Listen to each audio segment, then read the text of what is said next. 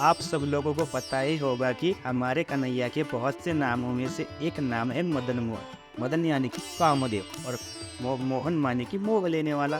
पुराण की कथाएं बताते हैं कि कामदेव बहुत ज़्यादा सुंदर है, लेकिन उनकी सुंदरता इतनी भी नहीं है कि वो हमारे कन्हैया के मोह सके।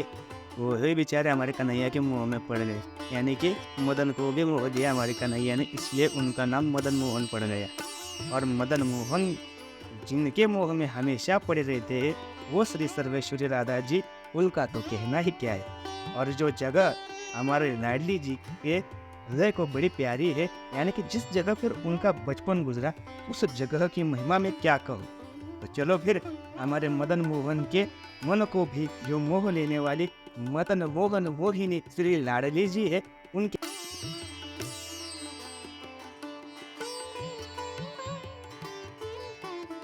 बरसाना के परिक्रमा में सबसे पहला पड़ाव है यह शीतला माता मंदिर। चलो दर्शन कर लेते हैं। बरसाना परिक्रमा के बारे में मैं आपको थोड़ी जानकारी देता हूँ। बरसाना परिक्रमा में बहुत से पड़ाव आते हैं, जैसे कि शीतला माता मंदिर, रघुनाथ जी का मंदिर, सांकरी खोर, केहवर वन, मान मंदिर और बहुत सारे पड़ाव है। लेकिन इस वीडियो में मैं ठाकुरानी श्री लाडली जी ने मुझसे जो मुख्य मुख्य पड़ाव करवाए हैं उन्हीं के दर्शन कराऊंगा। तो जो पड़ाव के दर्शन मुझसे लाडली जी ने करवाए हैं वे सभी आपको इस वीडियो के माध्यम से दर्शन करने को जरूर मिलेंगे। इस पूरे ब्रजमंडल में परिक्रमा का बड़ा महत्व है, जैसे कि गोवर्धन परिक्रमा, वृंदावन परिक्रमा या फिर समूचे ब्रजमंडल की परिक्रमा यानी कि ब्रज 84 कोस यात्रा। बरसाना परिक्रमा लगभग 3-4 किलोमीटर की है और लोक मान्यता के हिसाब से जो व्यक्ति कोई भी परिक्रमा करने में असमर्थ है तो उसने सबसे छोटी यानी बरसाना परिक्रमा करनी अवश्य चाहिए, क्योंकि इस बरसाना परिक्रमा से समूचे ब्रजमंडल के परिक्रमा का फल मिल जाता है।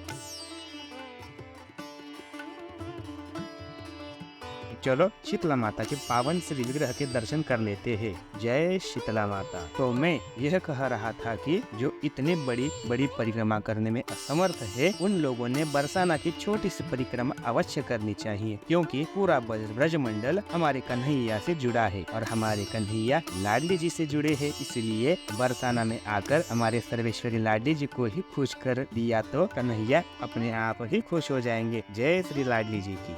अगले पड़ाव के और बढ़ते बढ़ते शनि महाराज जी का ये छोटा सा प्यारा सा मंदिर आता है, इनके भी दर्शन कर लेते हैं। जय शनि महाराज। वैसे आपको बताता चलो कि हमारा अगला पड़ाव है रघुनाथ जी का मंदिर। अपना एक अनुभव बताता हूँ। बरसाना में इससे पहले कभी नहीं आया, पहली बार आना हुआ बरसाना में, पता नहीं, लेकिन यहाँ आकर कुछ अलग सा फील हुआ मुझे। मेरा जहाँ घर है वहाँ से कई ज़्यादा पॉजिटिविटी यहाँ आकर महसूस हो रही है, पता नहीं, लेकिन अपने आप ही अंतरात्मा प्रसन्न हो रही है, जैसे किसी ने लाफिंग गैस सुंघा दी हो।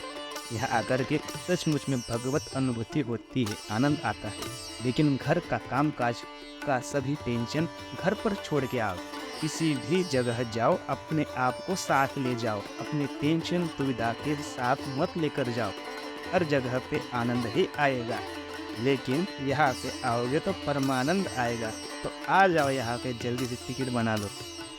तो इस वीडियो क्लिप में यह ब्रजभूमि के संत बता रहे हैं कि ये दो पेड़ श्री कृष्ण भानु दुलारी श्री राधा जी और हमारे श्याम सुंदर जी है। जो पेड़ सीधा है वह हमारे कन्हैया जी है और जिस पेड़ ने आलिंगन किया है वह स्वयं हमारे श्री राधा रानी जी है।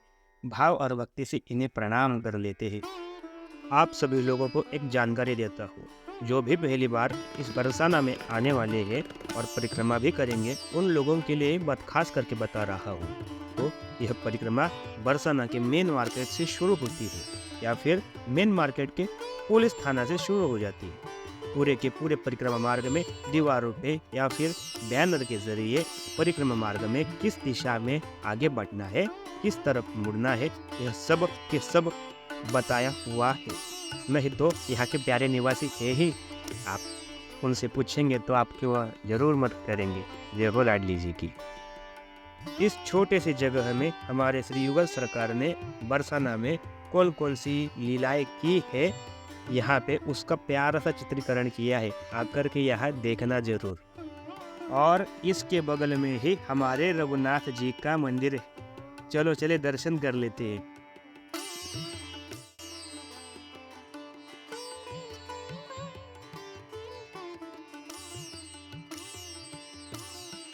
मंदिर में सबसे पहले हमारे प्यारे भोले भंडारी संग गौरा मैया के साथ विराजमान है। जय भोलेनाथ, हर महादेव। यह रहे हमारे रघुनाथ जी, कितने प्यारे लग रहे हैं ना। राम लक्ष्मण जानकी, जय बोलो हनुमान जी की। रघुनाथ जी के मंदिर से सिर्फ 5 मिनट की दूरी पे ही बरसाना परिक्रमा का परम पावन पड़ाव यानी कि सांकरी खोर आता है। यह वो ही पावन जगह है जहाँ पे हमारे गिरधर गोपाल ने चुपके से कंकड़ मार के गोपियों की दही मक्खन से भरी मटकी फोड़ी थी।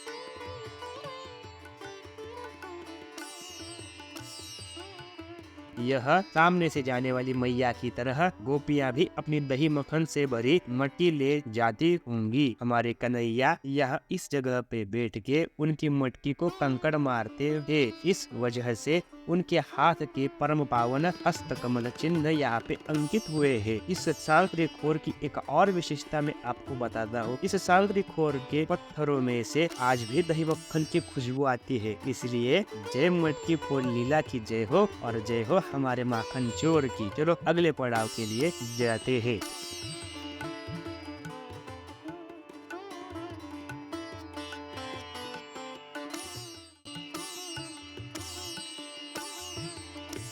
दोस्तों, कभी आपने ये सोचा है कि सर्वेश्वरी राधा मैया ने वृषभ भानु जी और कीर्ति मैया को ही अपने अवतार का निमित्त क्यों बनाया?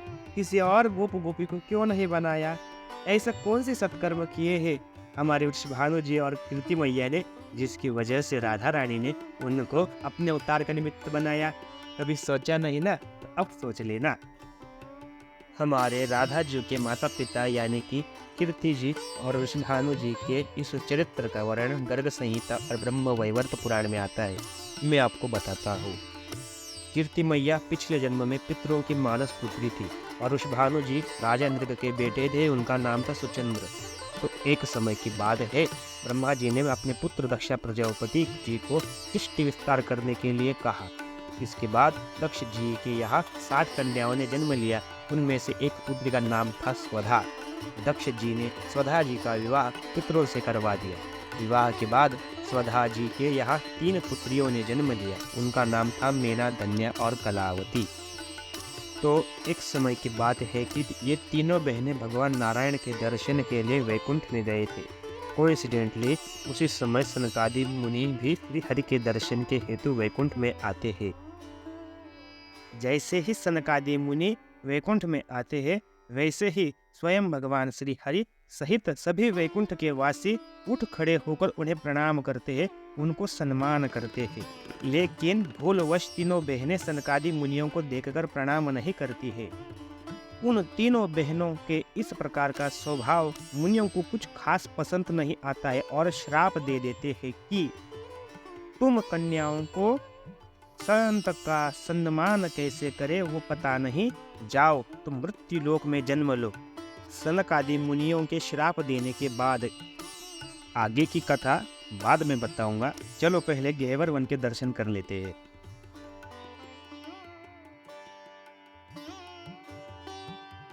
गह्वर वन के अंदर यह सुंदर सी प्रतिकृति बनाई है। आप ही देखो ना, इस गह्वर वन में हमारे ठाकुरानी और ठाकुर जी जब एक दूसरे को मिलने के लिए आते होंगे तब के जो क्षण है उसकी प्रतिकृति बनाई है। बीच में हमारी युगल सरकार है और बातें कर रहे हैं और आजू बाजू के में गोपियों ने उन्हें घेरा रखा है। कितनी सुंदर प्रतिकृति बनाई है ना। जय हो गिरधर गोपाल की, जय हो युगल सरकार की और जय हो इस पावन गह्वर वन की। चलो गह्वर वन में घूमते हैं और श्राप देने के बाद की कथा आगे बढ़ाते हैं।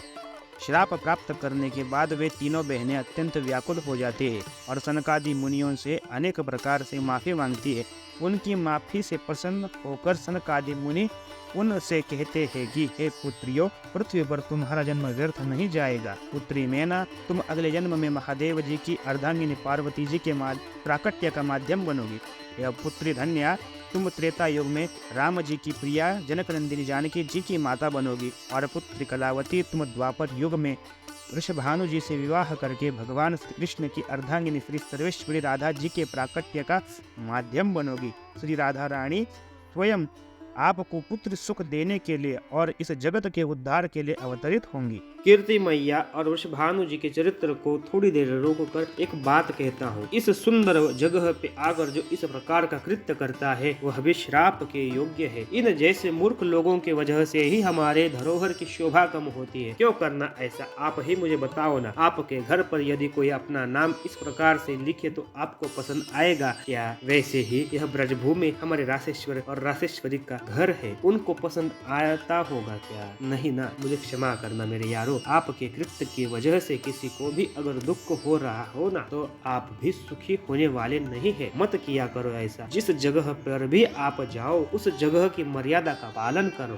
तो मेना, धन्या, कलावती और सनकादि मुनियों के बीच जो प्रसंग घटित हुआ, उस प्रसंग के बाद कलावती जी और राजा नृग के बेटे सुचंद्र जी ये दोनों विवाह बंधन में पड़ते हैं। सुचंद्र जी के पिताजी राजा नृग जी ये वही राजा नृग है जिनके चरित्र की कथा श्रीमद् भागवत महापुराण के 10वें स्कंद के उत्तरार्ध में मिलती है। कलावती जी और सुचंद्र जी के विवाह के पश्चात की कथा मैं आपको बाद में बताता हूँ, लेकिन उससे पहले अगले पड़ाव के बारे में थोड़ी सी जानकारी शेयर करता हूँ।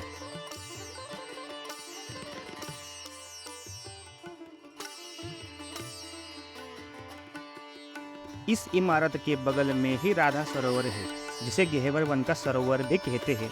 और इस रास्ते पर सीधा जाने पर ही मान मंदिर को जाने वाली सीढ़ियाँ आती है। तो चलो पहले राधा सरोवर के दर्शन कर लेते हैं।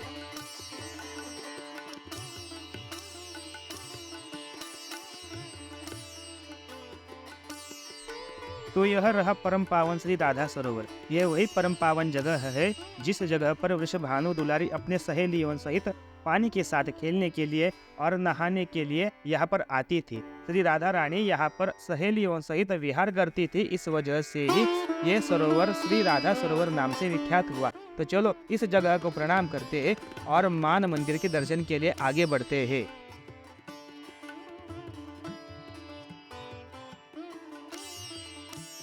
तो यह रही मान मंदिर की तरफ जाने वाले ढेर सारी सीढ़ियाँ। कलावती जी और सुचंद्र जी के विवाह के बाद की कथा मैं आपको बताता हूँ। सुचंद्र जी बहुत बड़े प्रतापी राजा थे और सुंदर तो इतने थे कि उनकी सुंदरता को लोग भगवान नारायण के सुंदरता से कंपेयर करते थे। दोनों राजा और रानी अपने राज्य के प्रति अपने दायित्वों को पूरा करते करते साथ ही गृहस्थ आश्रम के सभी कर्तव्यों को पालन करते करते वानप्रस्थ आश्रम में प्रवेश करते हैं। और वे दोनों ही गोमती नदी के तट पर नैमिष नामक वन में ब्रह्मदेव की तपस्या करने लगते हैं। उनकी तपस्या से प्रसन्न होकर ब्रह्मदेव दर्शन देते हैं और वरदान मांगने को कहते हैं। वरदान में सुचंद्र जी मोक्ष की कामना करते हैं। पति के वचन सुनकर पत्नी कलावती जी को बहुत बड़ा कष्ट हुआ और कलावती जी ने ब्रह्मदेव जी से कहा कि हे ब्रह्मदेव, पति को मोक्ष मिल गया तो मुझे पति वियोग सहना होगा, और अगर ऐसा हुआ तो हे ब्रह्मदेव मैं आपको श्राप दे दूंगी। कलावती जी के श्राप के भय से ब्रह्मदेव जी सुचंद्र जी को मोक्ष वरदान देकर उनसे कहते हैं कि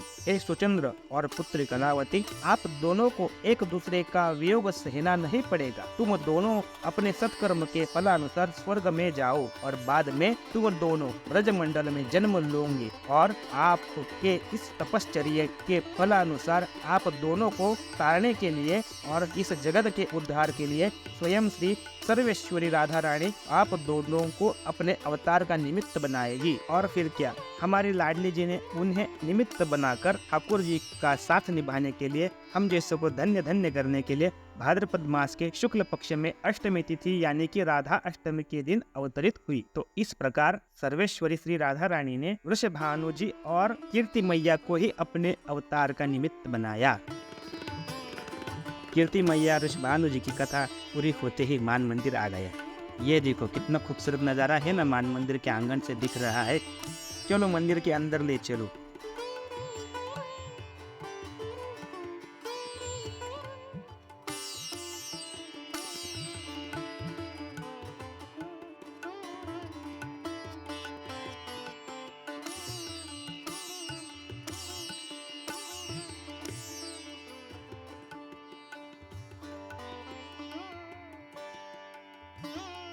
चलो यारो, मान मंदिर की झलक तो आपने देख ली, तो मैं मान मंदिर यानी कि मानगढ़ के बारे में थोड़ी सी जानकारी शेयर करता हूँ। यह मान मंदिर ब्रह्मगिरी नामक पर्वत पर विराजमान है। इस जगह पर ब्रह्मदेव जी ने तपस्या की थी भगवान श्री कृष्ण को प्रसन्न करने के लिए, ताकि ब्रह्मदेव वरदान मांग सके कि ब्रह्मदेव को भी ब्रज लीला में भाग मिल सके। उनकी तपस्या से प्रसन्न होकर भगवान श्री कृष्ण ने उनसे कहा था कि हे ब्रह्मदेव, आपको भी ब्रज लीला में भाग लेना है तो आप इस जगह पर पर्वत के रूप में विराजमान हो जाइए। इस वजह से भगवान ब्रह्मदेव इस जगह पर पर्वत के रूप में विराजमान हुए और इस पर्वत का नाम ब्रह्मगिरी पड़ा। इस पर्वत पर 4 शिखर है, उनका नाम है भानगढ़, मानगढ़, दानगढ़, विलासगढ़। ये 4 शिखर ब्रह्मदेव जी के 4 मुखों को दर्शाते हैं और इन 4 शिखरों में से एक शिखर मानगढ़ पर ही ये मान मंदिर विराजमान है। वृषभानु जी और कीर्ति मैया का तो चरित्र में आपको सुना चुका हूँ। अब मैं आपको इस मानगढ़ यानी कि जिस जगह पर यह मान मंदिर विराजमान है, उस जगह पर हमारे ठाकुर जी और ठाकुरानी जी ने कौन सी लीला की उस बारे में शॉर्टकट में बताता हूँ। एक दिन हमारे कन्हैया ने श्री राधा रानी जी के 2 सखी यानी के वृंदा और सुबाला के जरिए श्री राधा रानी जी को संदेश पहुँचाया कि हमें इस मानगढ़ पर इस समय पर मिलना है। अभी सावरे ने बुलाया है और राधा रानी दौड़ करके नहीं जाएगी, ऐसा कभी हो सकता है भला? इसलिए हमारी किशोरी मैया समय से 2 मिनट पहले ही पहुंच गई। लेकिन मानगढ़ पर राधा जी को हमारे मधुसूदन मिलने जा ही रहे थे कि रास्ते में उन्हें एक सखी मिली। उनका नाम था पद्मा। यह पद्मा जी हमारे कन्हैया के दोस्त और परम भक्त चंद्रावल्ली की परम सखी थी। पद्मा जी ने चंद्रावल्ली की व्यथा हमारे भोपाल को बताई। उन्होंने कहा कि हे कृष्ण मधुसूदन, हे कन्हैया, चंद्रावल्ली तुमसे मिलने के लिए बड़ा व्याकुल हो रहा है। तुमसे दूर होने के कारण चंद्रावल्ली बड़ी पीड़ा में है, तो तुम अभी के अभी चंद्रावल्ली से मिलने के लिए चलो। पद्मा की यह बात सुनकर मधुसूदन दुविधा में पड़ गए। उधर राधा जी राह देख रही थी और इधर चंद्रावल्ली भी पीड़ा में थे। भगवान कन्हैया को ये समझ नहीं आ रहा था कि क्या करूं। फिर भगवान ने अपना भगवान होने का फर्ज अदा किया और अपने भक्त चंद्रावल्ली से मिलने का मन बनाकर चंद्रावल्ली के यहाँ चले जाते और इधर मानगढ़ में राधा जी को मिलने में बहुत देर कर बैठते हैं। इस बात से राधा जी तो कन्हैया पर इतनी रूठ जाती है कि पूछो मत। कन्हैया मनाते मनाते थक गए, लेकिन राधा जी ने माना नहीं। राधा जी ने कहा कि कन्हैया तुम हमेशा ऐसा ही करते हो। बाद में कन्हैया थक हार के राधा जी की एक परम सखी जिसका नाम था विशाखा, उससे मदद मांगते हैं। राधा जी को मनाने में कन्हैया का साथ देने के लिए विशाखा जी मान जाती है और कन्हैया और विशाखा एक प्लान बनाते हैं। इस प्लान के मुताबिक कन्हैया को गोपी का वेश धारण करना था और विशाखा कन्हैया को राधा जी से सामने ले जाने वाली थी। ठीक प्लान के मुताबिक कन्हैया को गोपी का वेश धारण करना पड़ता है और विशाखा जी राधा जी के सामने कन्हैया को अपनी सखी बनाकर ले जाती है और कहती है कि हे राधा, यह मेरी बड़ी प्यारी सखी है, इसका नाम है श्याम सखी। यह श्याम सखी वीणा बढ़िया बजाती है, वीणा बजाने में बहुत निपुण है मेरी सखी। जैसे ही विशाखा जी के मुख से श्री राधा रानी ये सुनती है कि श्याम सखी को वीणा बड़ी कुशलता से बजाना आता है, राधा जी बड़ी प्रसन्न होती है और कहने लगती है, हे श्याम सखी, तुम वीणा बड़ी कुशलता से बजाती हो ना, तो हमें भी बजा के सुनाओ ना। बस फिर क्या, श्याम सखी के रूप में हमारे कन्हैया ऐसा वीणा बजाते हैं कि राधा जी मगन हो जाती है, राधा जी बावरी हो जाती है और श्याम सखी को गले लगा देती है। और फिर क्या, 2 प्रेमी जब एक दूसरे को स्पर्श करते हैं, उस स्पर्श मात्र से अपने प्रेमी की पहचान कर लेते हैं। वैसे ही राधा जी कन्हैया को पहचान लेती है और राधा जी कन्हैया को देखकर शर्मा के प्रेम भाव से मुस्कुरा देती और मन में बोलती है, ये श्याम सखी नहीं, ये हमारा श्याम ही है। और राधा जी अपना मान को त्याग कर यानी कि अपने रूठन को त्याग कर कन्हैया के संग गहेवर वन का विहार करने लगती है। यह सब लीला मानगढ़ पर हुई है। इस जगह पर ही हमारे कन्हैया ने राधा जी के मान को यानी कि उनके रूठने को जीत लिया था। इसलिए इस मंदिर में कन्हैया को राधा मान बिहारी लाल जी के नाम से पूजा जाता है। इतनी सुंदर लीला के बारे में जानकर आप लोगों को भी बड़ा आनंद हुआ होगा ना। इस लीला को देखने के लिए तो भगवान ब्रह्मदेव ने कन्हैया से वरदान में यहाँ पर पर्वत होने के रूप में मांगा था। इसलिए जय हो इस ब्रह्मगिरी पर्वत की और जय हो हमारे मान बिहारी लाल की। चलो अगले पड़ाव की ओर जाते।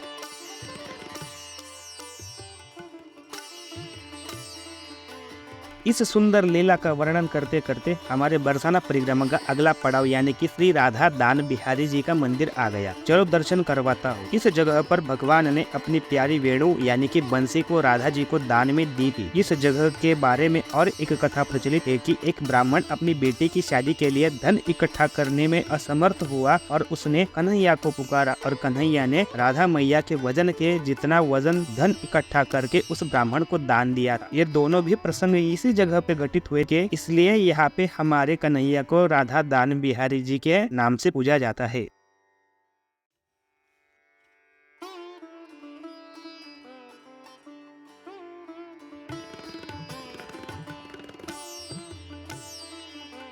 तो चलो अगले पड़ाव के ओर बढ़ते हैं। वैसे आपको बताता चलो कि दान बिहारी जी के मंदिर के बाद हमारा अगला पड़ाव है श्री कुशल बिहारी जी का मंदिर। यह जो दीवार है ना, वह कुशल बिहारी जी के मंदिर का वॉल कंपाउंड है और यह मंदिर का पीछे वाला रास्ता है जो दान बिहारी जी के मंदिर के ठीक सामने से ही शुरू होता है। चलो हम दर्शन करते हैं।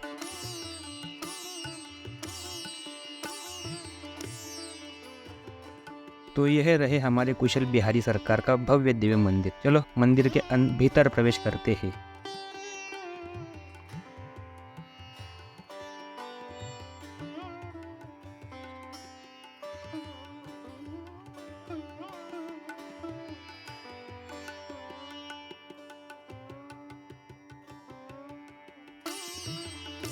इस मंदिर के अंदर वीडियोग्राफी अलाउड नहीं है, इसलिए भगवान के विग्रह की झलक आपको मैं दिखा नहीं पाया, लेकिन कुशल बिहारी जी के आंगन का चक्कर लगाकर आपको दिखा सकता हूँ। आंगन का चक्कर लगाते लगाते इस भव्य दिव्य मंदिर की परिक्रमा भी हो जाएगी, मेरी और आपकी भी।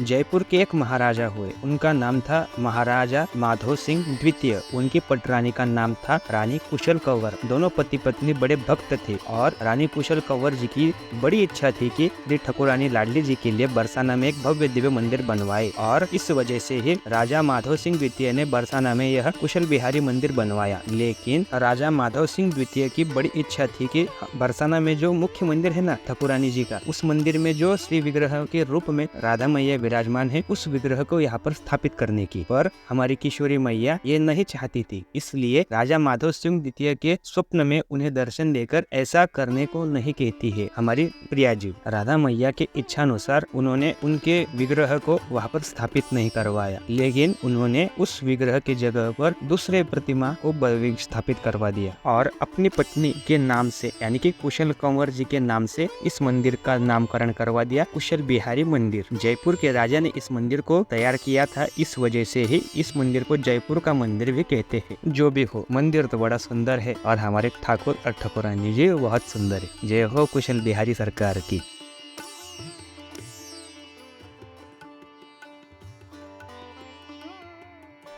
यह है श्री कुशल बिहारी मंदिर जी का मुख्य प्रवेश द्वार और हमें इस रास्ते पर अगले पड़ाव के दर्शन के लिए जाना है। कुशल बिहारी मंदिर और लाडली जी के मंदिर के बीच में एक और पड़ाव है जो कि एक संत की बैठक है। कहते हैं कि नारायण भट्ट नामक एक परम तेजस्वी संत हुए, उन्होंने ही लाडली जी के मंदिर में जो राधा मैया का श्री विग्रह है ना, उसका प्राकट्य किया था। उनके शिष्य थे नारायण दास स्वामी जी। पूज्य नारायण भट्ट जी ने गोलोक जाने से पूर्व राधा मैया के विग्रह की सेवा का दायित्व नारायण दास स्वामी जी को ही दिया था और इन्हीं पूज्य श्री नारायण दास स्वामी जी की पीढ़ी दर पीढ़ी सैकड़ों वर्षों से लाडली जी की सेवा संभाल रही है। वो ही श्री नारायण दास स्वामी जी इस स्थान पर बैठकर श्री राधे राधे के नाम का रसपान करते थे। उन्हीं श्री नारायण दास स्वामी जी की इस बैठक को प्रणाम करते हैं और हमारे लाडली जी के मंदिर के दर्शन के लिए आगे बढ़ते हैं।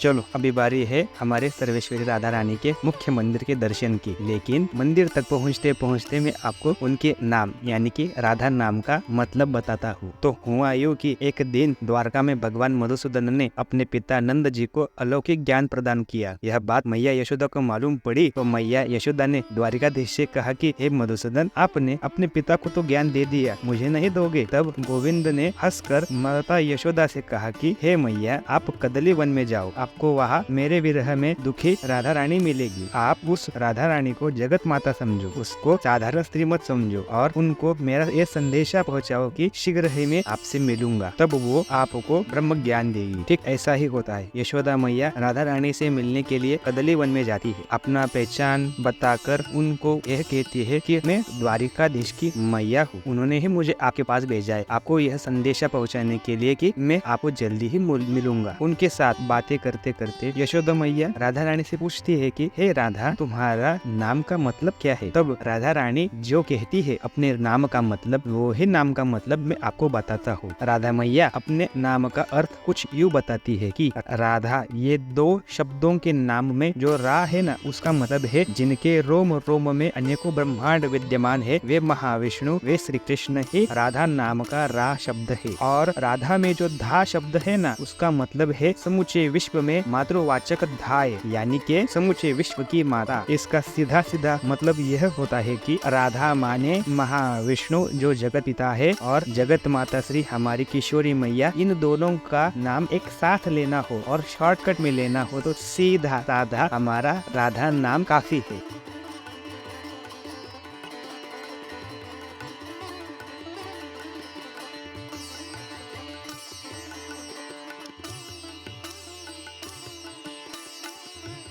वैसे मैं आपको बता दूं कि इस जगह पर राधा मैया का फ्री में प्रसाद बांटा जाता है, इसलिए आकर के लाभ लेना जरूर।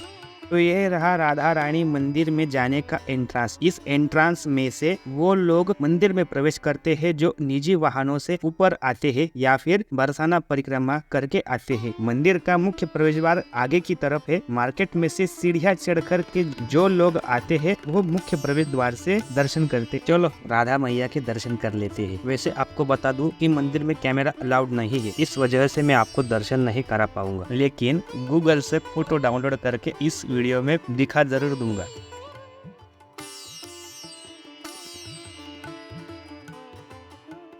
तो ये है हमारे लाडली जी का भव्य दिव्य राज दरबार और यह रहा उनका राज्य यानी के बरसाना गांव।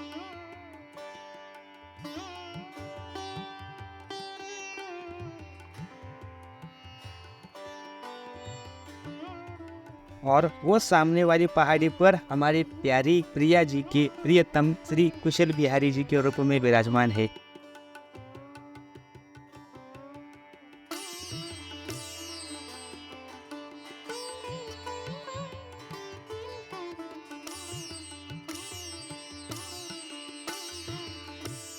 मैंने आपसे थोड़ी देर पहले कहा ना कि जो लोग बरसाना के मेन मार्केट से सीढ़ियाँ चढ़ कर के राधा मैया के मंदिर के दर्शन करने को आते हैं, वो लोग मंदिर के मुख्य प्रवेश द्वार से राधा मैया के दर्शन पाते हैं। तो वो मुख्य प्रवेश द्वार यही है। जय श्री लाडली जी महाराज की जय।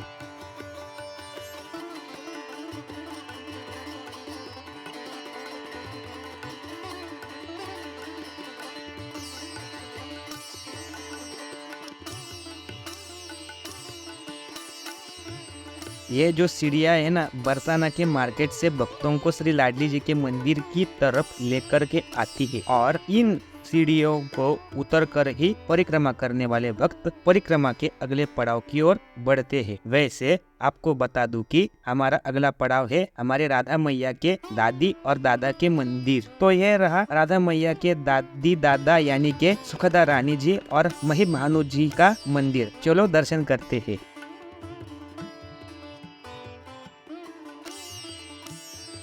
इस बरसाना परिक्रमा में बहुत से पड़ाव है, लेकिन राधा मैया ने मुझसे इतने ही पड़ाव करवाए हैं। जितने पड़ाव मुझसे हुए उन सब को मैंने आपको दिखा दिया। जो परिक्रमा बरसाना के मेन मार्केट से हमने शुरू की थी, वो परिक्रमा इन सीढ़ियों से नीचे उतरकर हम मेन मार्केट में जाकर के ही पूर्ण करेंगे। मैं तो राधा रानी से यही प्रार्थना करूंगा कि जो जो लोग मेरे इस वीडियो को देखकर मानसिक परिक्रमा कर रहे हैं, उनको भी जल्दी ही बरसाना धाम में बुलाकर अपने कृपा आशीर्वाद दे और सबको कुशल मंगल रखे। जय हो हमारे ठाकुर जी महाराज की और जय हो हमारे ठाकुरानी श्री लाडली। हम ये अपनी परिक्रमा श्री राधा रानी के चरणों में समर्पित करते हैं। श्री राधा कृष्णार्पणम अस्तु।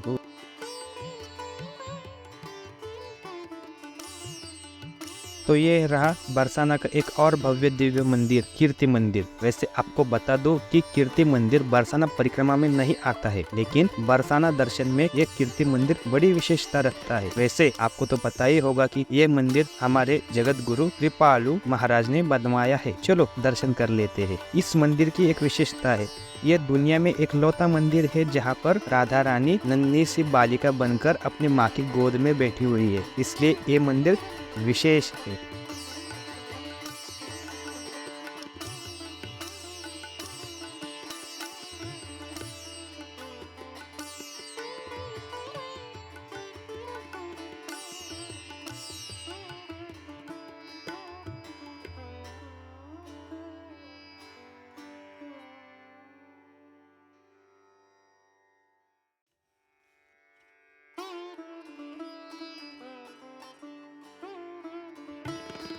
तो इस व्लॉग को हम यहीं पर खत्म करते हैं। प्यारी कीर्ति मैया का मंदिर के दर्शन तो करवा दिए, बरसाना परिक्रमा करवा दी आपकी और मेरी भी राधा मैया ने, इसलिए उन राधा मैया के चरणों को प्रणाम करके इस वीडियो को यहाँ पर ही खत्म करते हैं। और आपको ये बता दूं कि अगले वीडियो में हम नंदगांव के दर्शन करेंगे। तो चलो फिर मिलते हैं। वीडियो पसंद आए तो लाइक शेयर एंड सब्सक्राइब करना मत भूलना। आप सबको मेरा प्यार भरा राधे राधे।